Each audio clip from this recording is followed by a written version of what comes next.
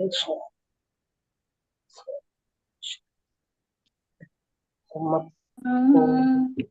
कृष्ण हरे हरे हरे राम राम राम हरे हरे हरे कृष्ण कृष्ण कृष्ण हरे हरे हरे राम राम राम हरे हरे हरे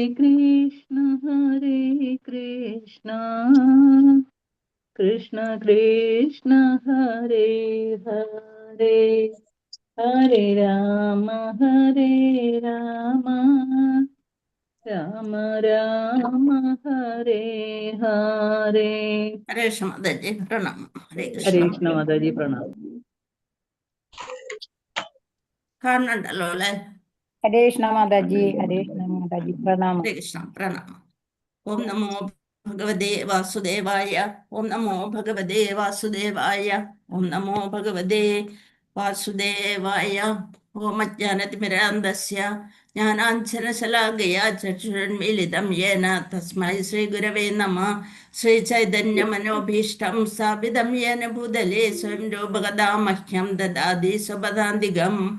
वन्देऽहं श्रीगुरून् श्रीयुतपदकमलं श्रीगुरून् वैष्णवांश्च श्रीरूपं साग्रजातं सहगणरघुनाथान्वितं तं सजीवं साद्वैतं सावधूतं वर्जनसहितं कृष्णचैतन्यदेवं श्रीराधाकृष्णपादान् सहगणललिता श्रीविशाखान्वितांश्च।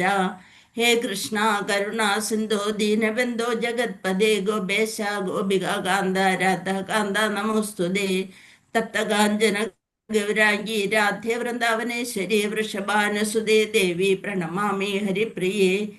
वाञ्छाकल्पतरुभ्यश्च कृपा सिन्धुभ्येव च पतितानां पावनेभ्यो वैष्णवेभ्यो नमो नमः। नमो विष्णुपादाय कृष्णपृष्ठाय भूतले श्रीमते जयपदाग स्वामिनिधि नामिने नमाचार्यपादाय निदाय कृपाप्रदायिने गौरगदादामदाय नगरग्रामतारिणे नमो विष्णुपादाय कृष्णपृष्ठाय भूतले श्रीमते भक्तिवेदान्त स्वामिनिधि नामिने नमस्ते सारस्वते देवे गौरवाणी प्रचारिणे निर्विशेष शून्यवादी पाश्चात्य देशधारिणे। जय श्री कृष्ण चैतन्य प्रभु नित्यानंद श्री अद्वैत गदाधर श्रीवासादि गौर भक्त वृंदा।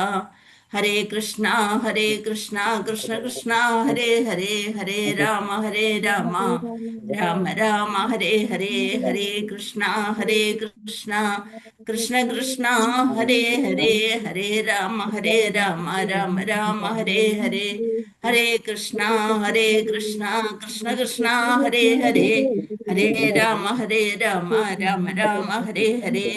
അന്താരാഷ്ട്ര കൃഷ്ണാവബോധ സമിതി മംഗളൂരു ശ്രീ ശ്രീ രാധാ ഗോവിന്ദ മന്ദിർ ഷോർട്ട് ഭാഗവതം ക്ലാസ്സിലേക്ക് എല്ലാവർക്കും സ്വാഗതം. ഹരേ കൃഷ്ണ. हरे ജയ कृष्ण ജയ माताजी प्रणाम। പ്രണാം മാതാജി. ഹരേ കൃഷ്ണ. ഹരേ കൃഷ്ണ.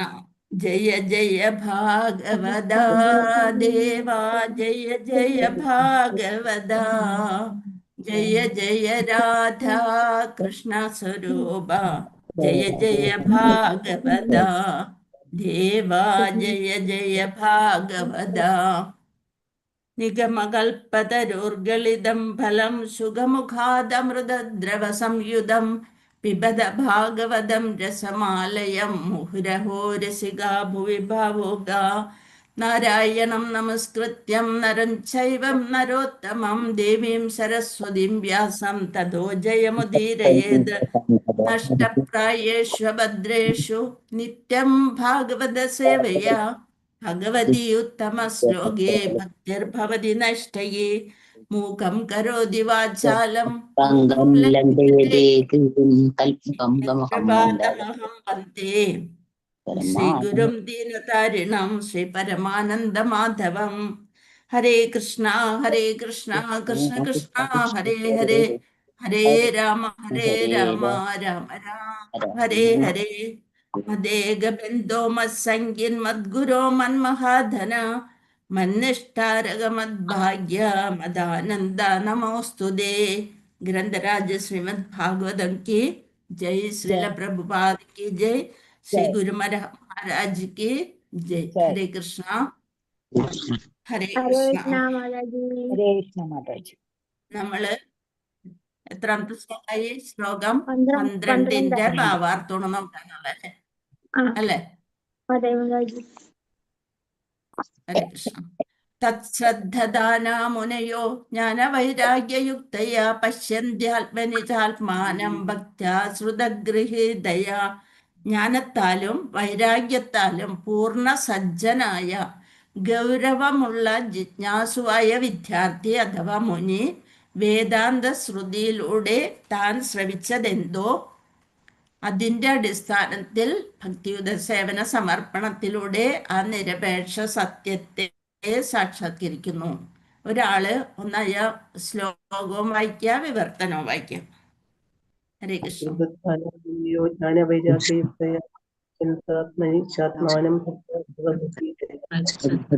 മുനയോ ജ്ഞാനവൈരാഗ്യയുക്തയാ പശ്യന്താത്മനം ഭക്ത്യാ ശ്രുതഗൃഹീതയാ. അയ്യോ മുനയോ ജ്ഞാനവൈരാഗ്യയുക്തയാ പശ്യന്താത്മനിജാത്മാനം ഭക്ത്യാ ശ്രുതഗൃഹീതയാ.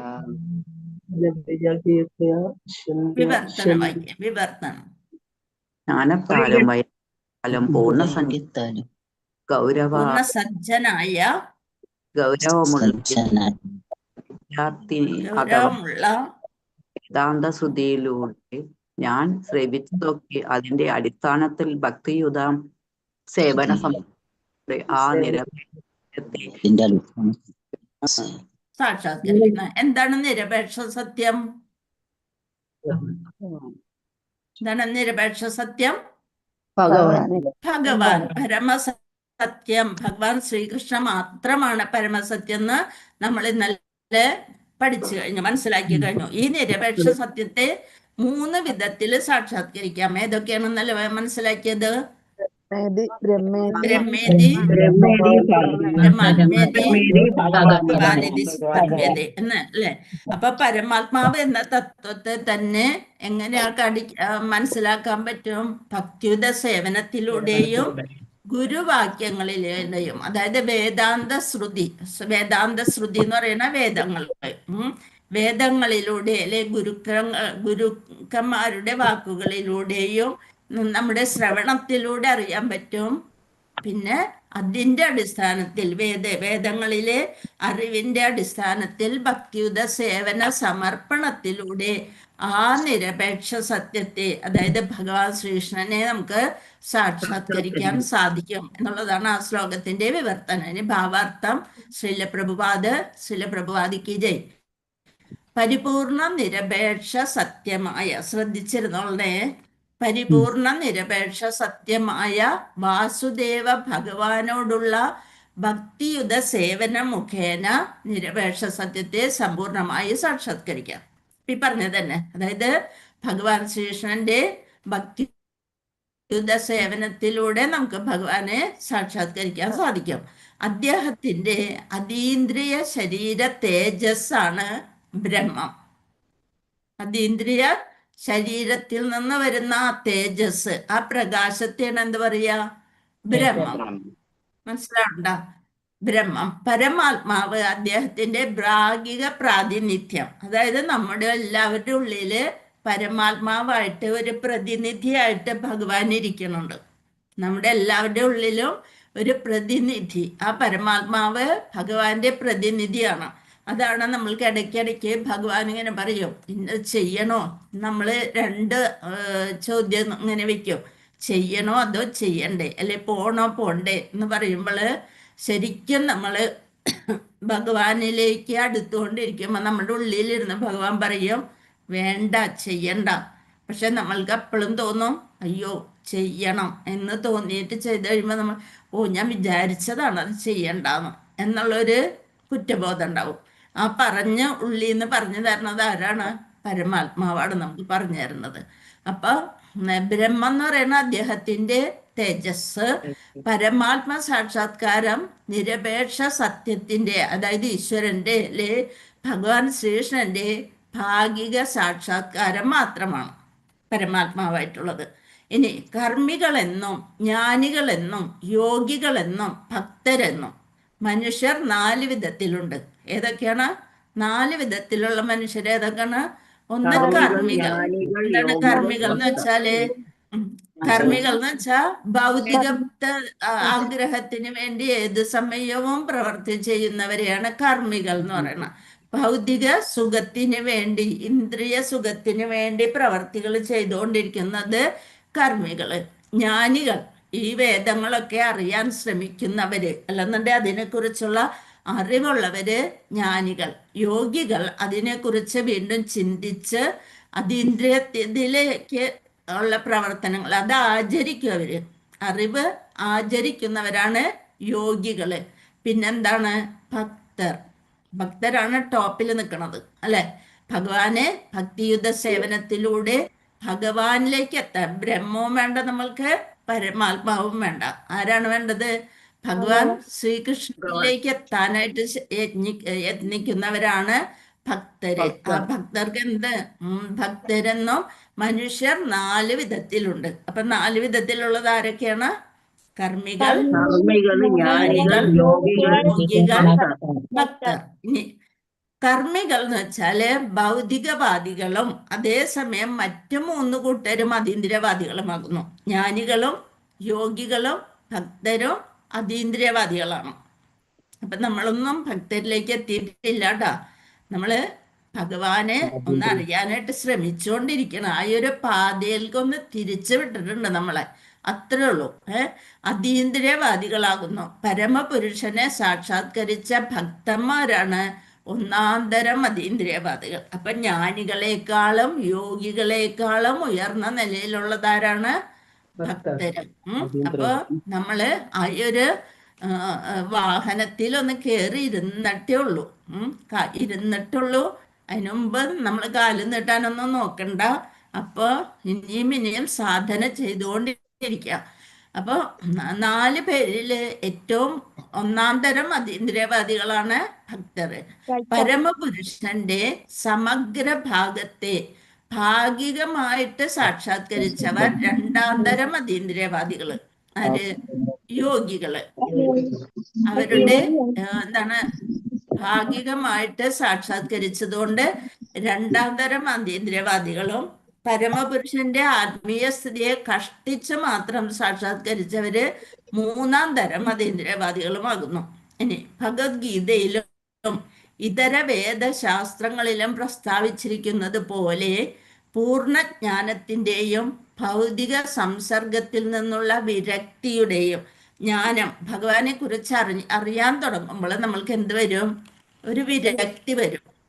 ഇപ്പൊ ഇന്ന് ക്ലാസ് തുടങ്ങുന്നതിന് മുമ്പ് പലരുമായിട്ടും ചർച്ച ചെയ്ത പറഞ്ഞ് ഇപ്പൊ സീരിയൽ കാണാൻ ഇഷ്ടമില്ല, വേറൊന്നും കേൾക്കാൻ ഇഷ്ടമില്ല, എപ്പോഴും ഭഗവാന്റെ കഥകൾ കേൾക്കാനാണ് ഇഷ്ടം. അപ്പൊ എന്താണ് നമുക്ക് അതിൽ നിന്നൊക്കെ ഒരു വിരക്തി വന്നു. ആ വിരക്തി വന്നവരും ഭൗതിക സംസർഗത്തിൽ നിന്നുള്ള വിരക്തിയും അനുഗമിക്കുന്നുവെന്ന വിഷയം നാം മുമ്പ് തന്നെ ചർച്ച ചെയ്ത് കഴിഞ്ഞു. ബ്രഹ്മം, പരമാത്മാവ് എന്നീ സാക്ഷാത്കാരങ്ങളാകിയാൽ അവയെ സാക്ഷാത്കരിക്കുന്നതിനുള്ള മാർഗങ്ങളും തന്നെയായിരുന്നു. ഇങ്ങനെ ഞാൻ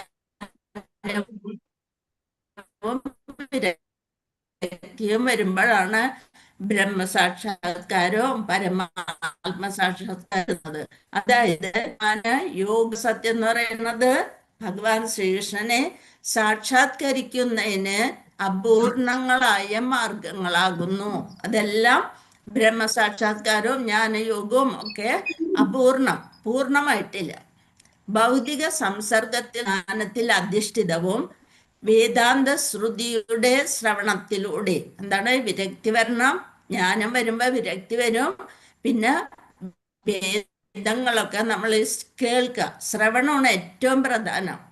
ഇപ്പൊ നമ്മൾക്ക് ഭഗവാന്റെ ലീലകളും ചരിതങ്ങളും ഇതൊക്കെ കേൾക്കാനുള്ള എന്താണ് മാധുര്യമാണ്. അതൊക്കെ കേൾക്കുമ്പോൾ ആ മാധുര്യം കൂടുന്തോറും നമ്മൾ വിരക്തിയിലേക്കും ജ്ഞാനത്തിലേക്കും കടക്കണ ചെയ്യണം. വേദാന്ത ശ്രുതിയുടെ ശ്രവണത്തിലൂടെ ദൃഢീകൃതവുമായ ഭക്തിയുത സേവനം, ദൃഢവിശ്വാസം. ഭഗവാനിൽ എന്ത് വേണം നമുക്ക്?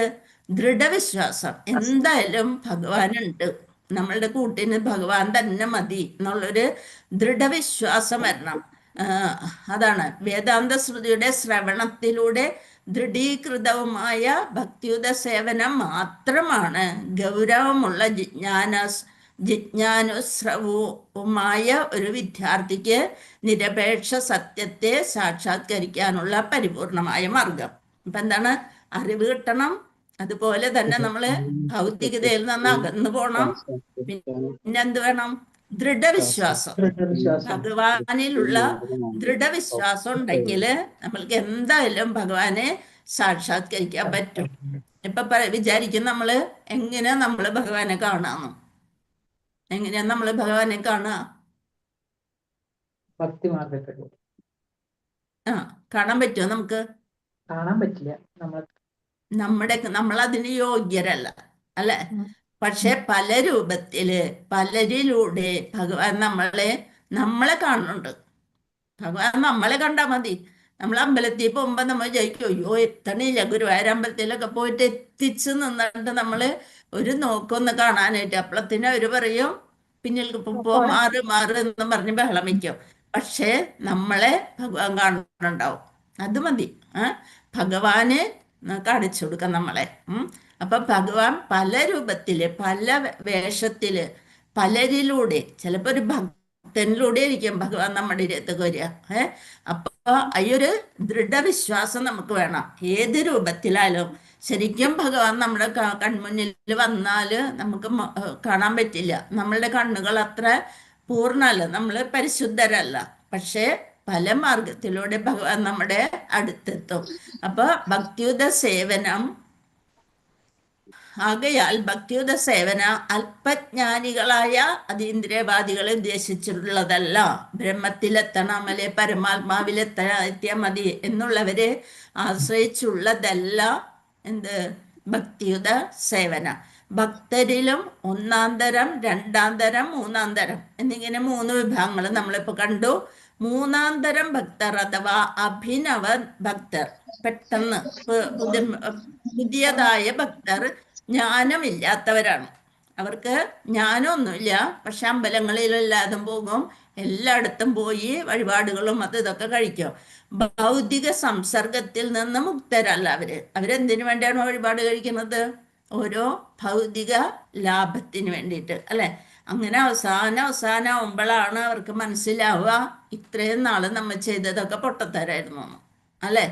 നമ്മൾ പോയിരുന്നു, അങ്ങനെ ചെയ്തു ഇങ്ങനെ ചെയ്തു എന്നൊക്കെ ഉള്ളതൊക്കെ പൊട്ടത്തരാണ്. പക്ഷെ ഏത് അമ്പലത്തിലും നമുക്ക് പോകാം, ദേവിയുടെ അമ്പലത്തിൽ പോകാം, എവിടെ വേണേലും പോകാം. അവിടെ ചെന്നിട്ട് എന്താ പ്രാർത്ഥിക്കേണ്ടത്? കൃഷ്ണപ്രേമം തരണേന്നു. ഇപ്പൊ ശിവന്റെ അമ്പലത്തിൽ പോയിട്ടും കൃഷ്ണൻ നമ്മുടെ നാവിലെന്തേ വരുള്ളൂ? ഹരേ കൃഷ്ണ, അല്ലെ? ഹരേ കൃഷ്ണ എന്നേ വരുള്ളൂ. അവിടെ ചെന്നാലും ഭഗവാനോട് ഭഗവാനെ എനിക്ക് ഭഗവാനിലെത്തിക്കാനായിട്ട്, ഭഗവാൻ ശ്രീകൃഷ്ണനിലേക്ക് എത്താനുള്ള അനുഗ്രഹം തരണേ, ഇത് പ്രാർത്ഥിക്കുക. അപ്പൊ ഏതമ്പലത്തിൽ വേണമെങ്കിലും നമ്മൾക്ക് പോകാം. പക്ഷെ അവിടെ ചെന്നാല് സാഷ്ടാംഗം പ്രണമിക്കുകയും ചെയ്യാം. നമ്മൾക്ക് പെണ്ണുങ്ങളാണെന്നുണ്ടെങ്കിൽ കുമ്പിടുള്ളൂ, അല്ലെ? അപ്പൊ പ്രണമിച്ചിട്ട് എന്ത് ചെയ്യാം? ഭഗവാനോട് അവിടുത്തെ ദേവനോടും ദേവിയോടും പ്രാർത്ഥിക്കുക, ഞങ്ങൾക്ക് കൃഷ്ണപ്രേമം തരണേന്ന്. അഭിനവ ഭക്തർ ജ്ഞാനമില്ലാത്തവരാണ്, ഭൗതിക സംസർഗത്തിൽ നിന്ന് മുക്തരാകാത്തവരാണ്. എന്നാൽ പ്രാഥമിക മാർഗമായ വിഗ്രഹ ആരാധനയിൽ മാത്രം ആകൃഷ്ടരായവരാണ്. അവര് ഏത് വിഗ്രഹം കണ്ടാലും അവര് പ്രാർത്ഥിക്കും, അതൊക്കെ ചെയ്യും. അവരെ എന്തെന്ന് പറയും? ഭൗതിക ഭക്തർ. എന്താണ്? ഭൗതിക കാര്യങ്ങളാണ് അവര് ആ ദേവിയോടായാലും ദേവനോടായാലും ഭഗവാനോടായാലും ചോദിക്കുന്നത്. ഭൗതിക ഭക്തർ അതീന്ദ്രിയ ലാഭത്തേക്കാൾ അധികം ഭൗതിക നേട്ടങ്ങളിൽ അഭിനിവേശമുള്ളവരായിരിക്കും. അവർക്ക് അതീന്ദ്രിയ ലാഭം, അതായത് ഭഗവാനിൽ എത്തിച്ചേരുക എന്നുള്ള ലാഭത്തേക്കാൾ അധികം ഭൗതിക നേട്ടങ്ങളിൽ അഭിനിവേശമുള്ളവരായിരിക്കും. ആകയാൽ ഒരാൾ ഭൗതിക ഭക്തിയുത സേവനത്തിന്റെ നിലയിൽ നിന്നും രണ്ടാം തരം ഭക്തിയുത സേവന നിലയിലേക്ക് നിശ്ചിത വികാസം പ്രാപിക്കണം. അപ്പൊ നമ്മൾ ആദ്യം അത് തന്നെയാണ് നമ്മുടെ കുടുംബക്ഷേത്രത്തില് അവിടെയൊക്കെ ഇരിക്കുമ്പോൾ ഇരിക്കുക അല്ലെ, അവിടെ നിന്ന് തന്നെയാണ് നമ്മൾക്ക് ഇത് ഇങ്ങനെ ഒരു മാർഗം അവര് തെളിയിച്ചു തന്നിട്ടുള്ളതാണ്. അപ്പൊ അവരൊന്നും ഒരിക്കലും നമ്മള് മറക്കാൻ പാടില്ല അല്ലെ. അപ്പൊ ഭൗതിക ഭക്തിയുത സേവനത്തിന്റെ നിലയിൽ നിന്നും നമ്മൾ എവിടേക്ക് എത്തണം? രണ്ടാം തരം ഭക്തിയുത സേവന നിലയിലേക്ക് നിശ്ചിത വികാസം പ്രാപിക്കണം. അപ്പൊ മൂന്നാം തരത്തിൽ നിന്ന് രണ്ടാം തരത്തിലായി. ഇനി രണ്ടാം തരം അവസ്ഥയിൽ പരമദിവ്യോത്തമ പുരുഷൻ, ഭഗവത് ഭക്തർ, അജ്ഞാനി, അസൂയാലു എന്നിങ്ങനെ ഭക്തിമാർഗത്തിലുള്ള 4 തത്വങ്ങളെ ഭക്തൻ വേർതിരിച്ച് കാണുന്നു. അവിടെ വരുമ്പോ നമ്മള് എന്താണ് പരമദിവ്യോത്തമ പുരുഷൻ ആരാണ്, ഭഗവാൻ ആരാണ്, അറിവില്ലാത്തവരാരാണ്, അസൂയാലുക്കൾ ആരാണ്, ഇങ്ങനെയുള്ളതൊക്കെ വേർതിരിച്ച് കാണാനായിട്ട് നമ്മൾ തുടങ്ങും. അപ്പൊ രണ്ടാം തരം ഭക്തൻ എന്ന നിലയിലേക്കെങ്കിലും ഒരാൾ സ്വയം ഉയർത്തുകയും അങ്ങനെ നിരപേക്ഷ സത്യത്തെ ഗ്രഹിക്കാൻ യോഗ്യത നേടുകയും വേണം. അപ്പൊ നമ്മൾ എന്ത് ചെയ്യണം? ഇങ്ങനെയൊക്കെ വേർതിരിച്ച് അറിയാനുള്ള ഒരു കഴിവെങ്കിലും നമ്മൾക്ക് വരണം. എന്ത്? ആരാണ് ഭഗവത് ഭക്തരാരാണ്, ഭഗവാൻ ആരാണ്, അജ്ഞാനി അറിവില്ലാത്തവരാരാണ്, അസൂയാലുക്കൾ ആരാണ്. അങ്ങനെ ഭക്തിമാർഗത്തിലുള്ള 4 തത്വങ്ങൾ ഏതൊക്കെയാണ്? ഭക്തിമാർഗത്തിലുള്ള 4 തത്വങ്ങള്: ഒന്ന് പരമദിവ്യോത്തമ പുരുഷനായ ഭഗവാൻ, പിന്നെ ഭഗവത് ഭക്തര്, അജ്ഞാനി, നമുക്ക് പലരെയും കുറിച്ചൊക്കെ മനസ്സിലാക്കാൻ കഴിയണുണ്ടെന്ന് വിചാരിക്കണം അല്ലേ? എല്ലാം മുമ്പ് എന്ത് കേട്ടാലും ഒരാളെ കുറിച്ച് മറ്റൊരാളോട് പറയണം, അങ്ങനെയുള്ള ഒരു സ്വഭാവമൊക്കെ നമുക്കുണ്ടായിരുന്നു. അതൊക്കെ ഒന്ന് മാറ്റിവെച്ച് ഇപ്പൊ അതിൻ്റെ ഒന്നും ആവശ്യമില്ല അല്ലെ. അസൂയാലുക്കൾ ആരാണെന്ന് നമുക്കറിയാം, ആരോടാണ് എന്താണ് തുറന്ന് പറയേണ്ടതെന്ന് നമുക്ക് മനസ്സിലായി തുടങ്ങി. അപ്പൊ നമ്മള് രണ്ടാം തരത്തിലെത്തി എന്ന് വിചാരിക്കാം. എത്തിയോന്ന് ഓരോരുത്തരും സൂക്ഷ്മമായിട്ട് പരിശോധിക്കണം. ആ രണ്ടാം തരത്തിലെങ്കിലും ഒരാൾ സ്വയം ഉയരണം. അങ്ങനെ നിരപേക്ഷ സത്യത്തെ ഗ്രഹിക്കാൻ അപ്പൊ യോഗ്യത വരും. അപ്പോഴാണ് നമ്മൾ ആരായിട്ട് മാറുക? മൂന്നാം തരത്തിൽ. ഇപ്പോഴും നമുക്ക് അസൂയയും കുശുമ്പും ദേഷ്യവും ഇതെല്ലാം ഉണ്ട്. അതൊക്കെ ഒന്ന് പതുക്കെ മാറ്റി തുടങ്ങുമ്പോൾ നമ്മൾ എവിടേക്ക് ഉയരും? ഒന്നാം തരത്തിലേക്ക് ഉയരാനായിട്ട് ശ്രമിക്കണം. ആകയാൽ മൂന്നാം തരം ഭക്തൻ ആധികാരിക കേന്ദ്രങ്ങളായ ഭാഗവതത്തിൽ നിന്നും ആദ്യം നമ്മൾ പറഞ്ഞു എന്ത്? ശ്രവണത്തിലൂടെ. അപ്പൊ ആധികാരിക കേന്ദ്രങ്ങളായ ഭാഗവതത്തിൽ നിന്നും ഭക്തിയുത സേവന നിർദ്ദേശങ്ങൾ സ്വീകരിക്കേണ്ടതാകുന്നു. ആദ്യമായി ഭാഗവതൻ എന്നാൽ ഭക്തൻ എന്ന വ്യക്തിത്വമാണ്. ഭാഗവതൻ എന്ന് വെച്ചാല് ഭക്തൻ തന്നെയാണ്. മറ്റൊന്ന് ഭാഗവതം എന്ന ഭഗവത് സന്ദേശം. ഭാഗവതൻ നമ്മൾ പറയും, ഭാഗവതം പ്രചരിപ്പിക്കുന്നവരെ ഉത്തമ ഭാഗവതൻ എന്ന് പറയും. അതും ഭാഗവത ഇവിടെ ബുക്ക് അല്ലെ, ഭഗവത് സന്ദേശവും ആയതിനാൽ മൂന്നാം തരം ഭക്തർ ഭക്തിയുത സേവനങ്ങളുടെ നിർദ്ദേശങ്ങളുടെ അഭ്യസനത്തിനായി ഭക്തൻ എന്ന വ്യക്തിയുടെ സമക്ഷം ചെല്ലേണ്ടതാകുന്നു. ഒരു ഭക്തന്റെ അടുത്ത് പോയിട്ട് നമ്മൾ എന്ത് പഠിക്കണം? ഭാഗവതം പഠിക്കണം. അതിൽ നിന്ന് എന്ത് മനസ്സിലാക്കാം? ഭക്തിയുത സേവന നിർദ്ദേശങ്ങള് അഭ്യസിക്കാൻ സാധിക്കും. അത്തരം ഭക്തൻ നിശ്ചയമായും സൂത ഗോസ്വാമിയെ പോലെ ശുകദേവ ഗോസ്വാമിയുടെ പ്രതിനിധിയായിരിക്കണം. ശുകദേവ ഗോസ്വാമി എന്ന ആദ്യമായിട്ട് പരീക്ഷിത മഹാരാജാവിന് ഭാഗവതം പറഞ്ഞു കൊടുത്തത് കൊണ്ടാണ് നമ്മൾക്കിത് ലഭിച്ചത്. അത് ആ സമയത്ത് കേട്ട ആളാണ് ആര്?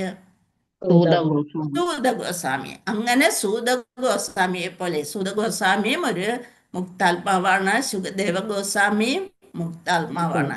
സമസ്ത ജനങ്ങളുടെയും സമഗ്ര ക്ഷേമത്തിനായി അദ്ദേഹം ഭക്തിയുത സേവന മാർഗത്തെ പ്രചാരണം ചെയ്യുകയും വേണം. നമ്മൾ എന്ത് വേണം?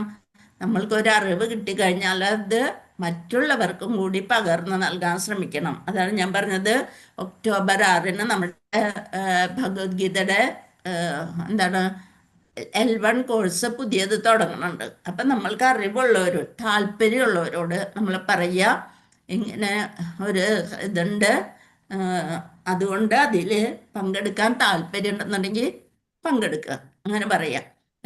അപ്പോൾ നമ്മൾ എന്ത് ചെയ്യണം? അവിടെ ഒരു സേവ, ഭഗവാന്റെ കഥകളുടെ ഒരു പ്രചാരണം, ഭഗവാന്റെ തന്നെ ശ്രുതിയാണ്, ഭഗവാൻ തന്നെ പറഞ്ഞതാണ് ഭഗവത്ഗീത, ഭഗവാനെ കുറിച്ച് പറഞ്ഞതാണ് ഭാഗവതം.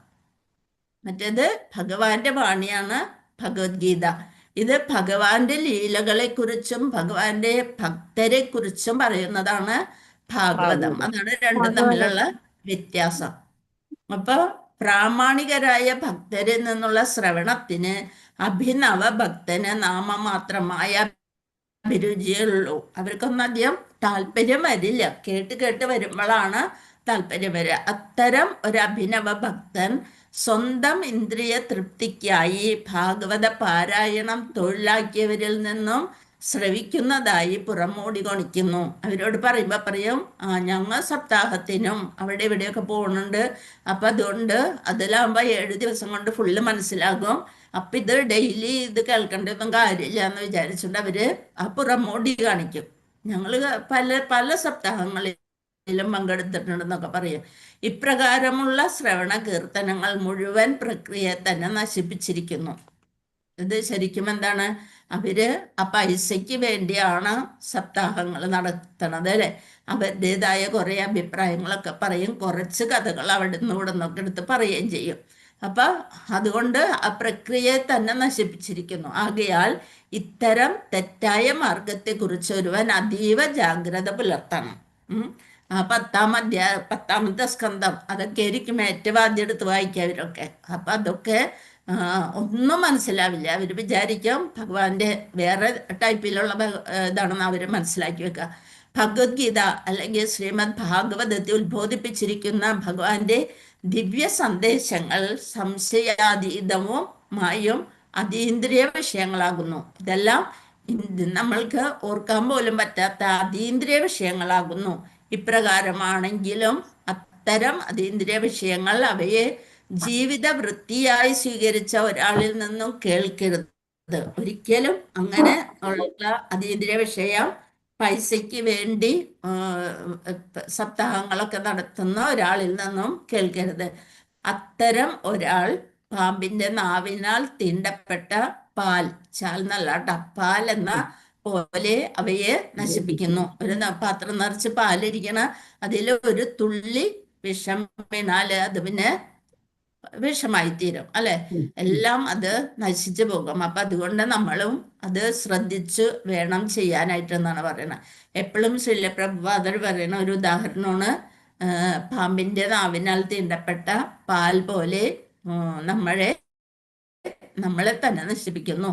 ഉപനിഷത്തുകൾ, വേദാന്തം, പൂർവാചാര്യന്മാർ അഥവാ ഗോസ്വാമിമാർ പ്രദാനം ചെയ്യപ്പെട്ട മറ്റു സാഹിത്യങ്ങൾ എന്നീ വേദ സാഹിത്യങ്ങളെ സ്വന്തം മുന്നേറ്റത്തിനായി ശ്രവിക്കാൻ ഒരാത്മാർത്ഥ ഭക്തൻ തയ്യാറായിരിക്കണം. നമ്മളെപ്പോഴും ഈ ഗ്രന്ഥങ്ങള്, നമുക്ക് കുറേ ഗ്രന്ഥങ്ങളുണ്ട് അല്ലെ? ഹിന്ദു ധർമ്മത്തിന് തന്നെ ധാരാളം വേദങ്ങളും പുരാണങ്ങളും ഇതിഹാസങ്ങളും എല്ലാം ഉണ്ട്. പക്ഷെ നമ്മൾക്കൊന്നും അത് പഠിക്കാനുള്ള ഒരു ഭാഗ്യം കിട്ടിയിട്ടില്ല. അപ്പോൾ സ്വന്തം മുന്നേറ്റത്തിനായി ഇതൊക്കെ ശ്രവിക്കാൻ ഒരാത്മാർത്ഥ ഭക്തൻ തയ്യാറായിരിക്കണം. അത്തരം സാഹിത്യങ്ങൾ ശ്രവിക്കാതെ ഒരാൾക്ക് യഥാർത്ഥ പുരോഗതി നേടാൻ സാധ്യമല്ല. ഇതൊക്കെ പഠിച്ചു കഴിയുമ്പോഴാണ് നമ്മൾക്ക് കാര്യങ്ങളൊക്കെ മനസ്സിലായി വരിക. ശ്രവണം ചെയ്യാതെയും ഏറ്റവും പ്രധാനപ്പെട്ടതാണ് ശ്രവണം അല്ലെ? ശ്രവണം, കീർത്തനം ഒക്കെ തുടങ്ങിയുള്ളതിൽ ഏറ്റവും പ്രധാനപ്പെട്ടാണ് ശ്രവണം. ശ്രവണം ചെയ്യാതെയും നിർദ്ദേശങ്ങൾ പാലിക്കാതെയുമുള്ള ഭക്തി സേവന പ്രകടനം മൂല്യമില്ലാത്തതായി തീരുന്നു. അതിനൊരു വിലയുമില്ല. അതിനാൽ അത് ഭക്തിയുത സേവന പാതയിൽ ഒരു തരത്തിൽ വിഘ്നമായി തീരുന്നു. ആകയാൽ ശ്രുതി, സ്മൃതി, പുരാണം അഥവാ പഞ്ചരാത്രം. ഇവിടെ ശ്രുതി എന്ന് പറയുന്ന വേദം, സ്മൃതി മറ്റേ പുരാണങ്ങൾ, ഇതിഹാസങ്ങൾ, പിന്നെ പുരാണം അഥവാ പഞ്ചരാത്രം എന്നീ പ്രമാണങ്ങളിൽ ഭക്തിയുത സേവനം അനുസ്ഥാപിതമാകാത്ത പക്ഷം അത്തരത്തിലുള്ള ഭക്തിയുത സേവന പ്രദർശനത്തെ തൽക്ഷണം തിരസ്കരിക്കണം. പല ആചാര്യന്മാര് തെറ്റായിട്ട് പറയുമ്പോൾ നമുക്ക് തെറ്റാണ് എന്ന് മനസ്സിലാക്കണം എന്നുണ്ടെങ്കിൽ നമ്മുടെ ഗ്രന്ഥങ്ങൾ നമ്മൾ അറിഞ്ഞിരിക്കണം. പ്രാമാണികനല്ലാത്ത ഒരു ഭക്തനെ ഒരിക്കലും ശുദ്ധ ഭക്തനായി അംഗീകരിക്കരുത്. അപ്പൊ ഒരു ഗുരുവിനെ തെരഞ്ഞെടുക്കുമ്പോൾ നമ്മൾ എപ്പോഴും ശ്രദ്ധിക്കണം എന്നാണ് ശ്രീല പ്രഭുപാദര് നമുക്ക് മനസ്സിലാക്കി തരുന്നത്. വേദ സാഹിത്യങ്ങളിൽ നിന്നുള്ള ഇത്തരം സന്ദേശങ്ങൾ സ്വാംശീകരിക്കുന്നതിലൂടെ ഒരുവന് പരമദിവ്യോത്തമ ഭാവത്തെ സ്വഹൃദയത്തിനുള്ളിൽ സദാ ദർശിക്കാൻ കഴിയും. അങ്ങനെ ഈ വേദങ്ങളും പുരാണങ്ങളും ഇതിഹാസങ്ങളും ഭഗവത്ഗീതയും ഭാഗവതം ഒക്കെ പഠിച്ച് മനസ്സിലാക്കി തുടങ്ങുമ്പോൾ നമുക്ക് ഭഗവാനെ നമ്മുടെ ഹൃദയത്തിൽ പ്രതിഷ്ഠിക്കാൻ സാധിക്കും. ഈ അവസ്ഥയെയാണ് സമാധി എന്ന് പറയുന്നത്. യോഗികളിരുന്ന് ധ്യാനിച്ചുകൊണ്ട് അവര് ഭഗവാനെ സ്വന്തം ഹൃദയത്തിൽ പ്രതിഷ്ഠിച്ചുകൊണ്ട് ധ്യാനിക്കണ മുനി ശ്രേഷ്ഠന്മാര് അവര് പല പല യോഗകളൊക്കെ കാണിക്കും. അപ്പൊ നമ്മൾ വിചാരിക്കും ഇതൊക്കെ വെറുതെ കാണിക്കാന്ന്. പക്ഷെ അതല്ല, അവർക്ക് എല്ലാം ചെയ്യാനുള്ള കഴിവ് ഭഗവാൻ കിട്ടും. മതിയായ അവസ്ഥയാണ് സമാധി എന്ന് പറയുന്നത്. ഹരേ കൃഷ്ണ. അതായത് ഭഗവാനിലും വേദവാക്യങ്ങളിലും ദൃഢവിശ്വാസം വേണം നമ്മൾക്ക്. ഈ ഒരു ശ്ലോകത്തിലൂടെ നമുക്ക് മനസ്സിലാക്കാൻ സാധിക്കുന്ന ഇതാണ് ശ്രദ്ധ. ശ്രദ്ധ എന്ന് വെച്ചാൽ എന്താ? ഭഗവാനിലും വേദവാക്യങ്ങളിലുമുള്ള വിശ്വാസം. അപ്പൊ മുനിജനങ്ങള് എന്തൊക്കെ പഠിക്കും? ശ്രുതി, വേദം, വേദാന്തം. ഈ ശ്രവണത്താലും നിഷ്കാമമായ ഭക്തിയാലും, ഒന്നും ആഗ്രഹിക്കാതെയുള്ള ഭക്തിയാലും പരമസത്യം മാത്രമേയുള്ളൂ എന്ന ജ്ഞാനം, അതുകൊണ്ട് തന്നെ ഭൗതിക വിഷയങ്ങളിൽ എന്ത് വരും? വിരക്തി വരും. ഹരേ കൃഷ്ണ. അപ്പൊ ആ മുനിമാര് തൻ്റെ ഉള്ളില് താനായിട്ടിരിക്കുന്നത് ആ ജീവാത്മാവ് ആരുടെ ഭാഗമാണെന്ന് അവർക്ക് മനസ്സിലാകും. പരമാത്മാവിന്റെ പ്രതിനിധിയാണ്, പ്രതിബിംബമാണ്. എന്നിലെ ജീവാത്മാവ് എന്ന് പറയുന്നത് പരമാത്മാവിന്റെ പ്രതിബിംബമാണ് എന്ന് കാണുന്നു. അപ്പൊ ഭഗവാൻ വാസുദേവനില് നിഷ്കാമമായ ഭക്തി കൊണ്ട്, എങ്ങനെയുള്ള ഭക്തിയായിരിക്കണം? നിഷ്കാമമായ ഭക്തി കൊണ്ട് ഉള്ളിൽ എന്തൊക്കെ വരണം? ജ്ഞാനവും വൈരാഗ്യവും. ജ്ഞാനവും വൈരാഗ്യവും നമ്മുടെ ഉള്ളില് പതുക്കെ പതുക്കെ വരുമ്പോൾ ആ സത്യം തെളിയാൻ തുടങ്ങും. ഏത് സത്യം? നിരപേക്ഷ സത്യം തെളിയാൻ തുടങ്ങും. ആ സത്യം തെളിഞ്ഞ മുനിമാർക്കാണ് ബോധ്യം വരുന്നു തൻ്റെ ഉള്ളിലെ ജീവാത്മ സ്വരൂപം തന്നെയാണ് ആ പരമാത്മാവ്. ആ ജീവാത്മ സ്വരൂപം തന്നെയാണ് പരമാത്മാവ്, അല്ലെങ്കിൽ ആ പരമാത്മാവിന്റെ സ്വരൂപം തന്നെയാണ് ജീവാത്മാവ്. ഈ ഒരു ജ്ഞാനം ഉറച്ചു കിട്ടാനായിട്ട് നമ്മൾ എന്ത് ചെയ്യണം? ശ്രവണം. എന്ത് വേണം? ശ്രവണം, വേദാന്ത ശ്രവണം, അല്ലെ? ആ ശ്രവണം സഹായിക്കും. ആ ശ്രവണത്തിന് നമ്മൾ ആരെ ശരണം പ്രാപിക്കണം? ഗുരുക്കന്മാരെ ശരണം പ്രാപിക്കണം. ഇതാണ് ഈ ശ്ലോകത്തിന്റെ കണ്ടന്റ്. എല്ലാവർക്കും മനസ്സിലായിട്ടുണ്ടെന്ന് വിചാരിക്കുന്നു. പഞ്ചരാത്രം എന്ന് പറയുന്നത് എന്താ മാതാജി?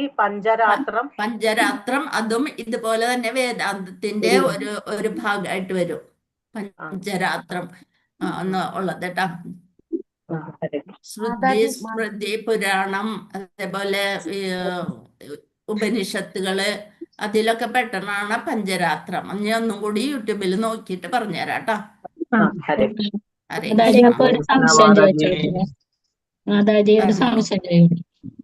ചോദിച്ചോളൂ.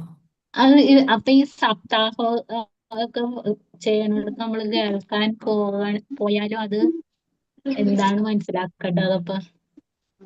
അപ്പൊ മനസ്സിലാക്കണം. എന്ത് മനസ്സിലാക്കണം?